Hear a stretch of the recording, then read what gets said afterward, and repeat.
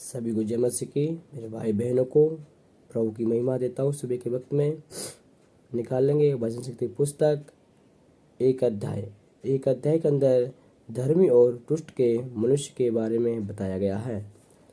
क्या ही धन्य है वह पुरुष जो दुष्टों की युक्ति पर नहीं चलता और ना पापियों के मार्ग में खड़ा होता है और ना ठट्ठा करने वाली की मंडली में बैठता है, परंतु वह तो यहोवा की व्यवस्था से प्रसन्न रहता है और उसकी व्यवस्था पर रात दिन ध्यान करता रहता है।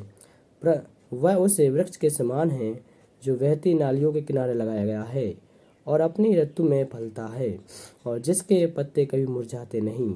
इसलिए जो कुछ वह पुरुष करे वह सफल होता है।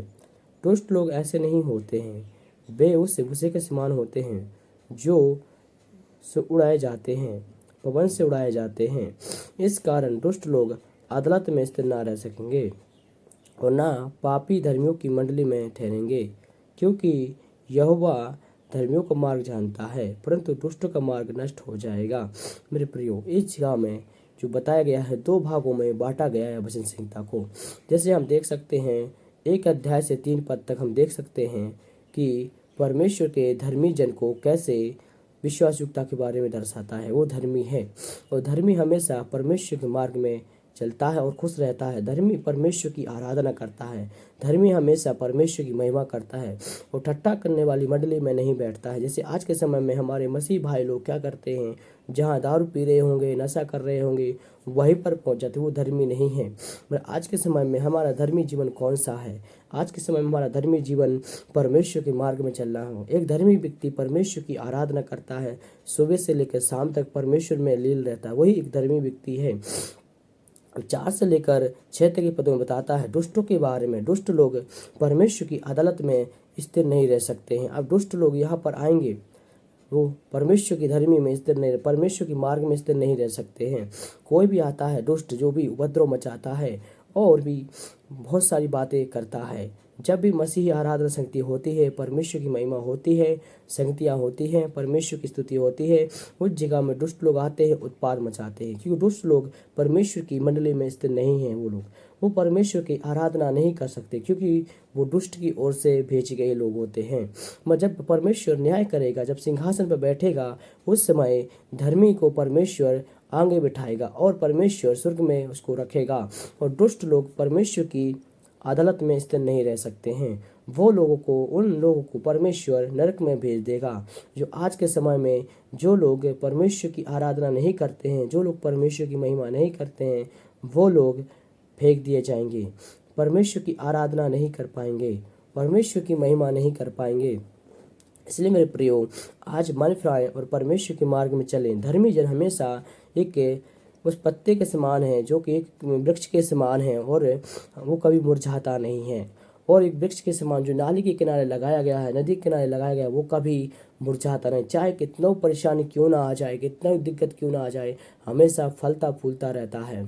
आज हम एक परमेश्वर के किनारे लगाए गए हैं। परमेश्वर के प्रभु यीशु मसीह एक नाली के समान नदी किनारे है। हम यीशु मसीह में लगाए गए हैं, रोपे गए हैं, तो हमको भी फलना और फूलना आगे बढ़ना है। चाहे कितना भी समस्या क्यों ना आ जाए, हमको दृढ़ पूर्वक परमेश्वर में बढ़ना है। आज के समय में क्या हो रहा है, परमेश्वर के वचन न मानने से, परमेश्वर की महिमा न करने से आज बहुत सारे लोग भटक रहे हैं।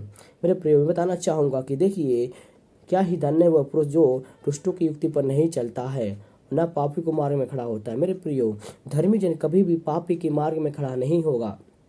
धर्मी व्यक्ति है, जहाँ आपकी चुगली हो रही है, जहाँ कानाफूसी हो गई, उसको आप ना सुने, वहाँ से निकल जाएं। अब क्या होता है कि कई लोग सुनते हैं और जवाब भी देते हैं।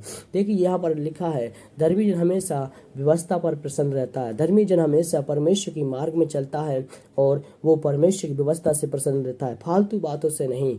यहाँ पर फालतू बातें जो होती है, कलीसिया में फालतू बातें होती है, बाहर फालतू बातें होती है, उस पर ध्यान नहीं देगा। एक व्यक्ति परमेश्वर के रास्ते में चलता है तो वो कभी भी फालतू बातों पर ध्यान नहीं देता है। वो परमेश्वर की बातों को सुनकर आगे बढ़ता है, उसको प्रभु में एक लीलता में लील हो जाता है, परमेश्वर की आराधना करने के लिए समर्पण होता है। आज के समय में क्या आपके जीवन में है? क्या नहीं है तो मन फिराएं और यीशु मसीह के पास आ जाएं, क्योंकि यीशु मसीह आपको बुला रहा है।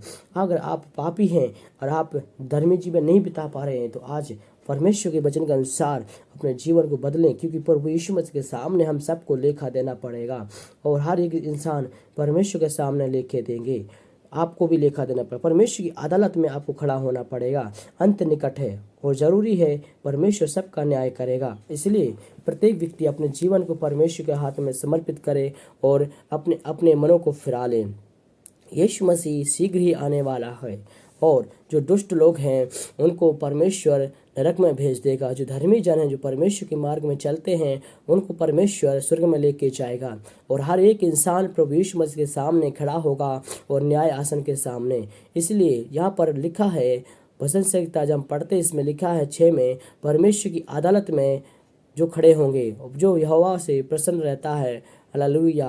देखिए इसके अंदर साफ साफ इस बातों को बताते, जब इसको हम पढ़ रहे हैं भजन संहिता के अंदर 2 विभाजन किए गए हैं, दुष्ट और धर्मी। आप कौन से हैं? आप परखें और जांचें और कमेंट में जरूर बताएं आप कौन से हैं, धर्मी हैं या कि पापी हैं।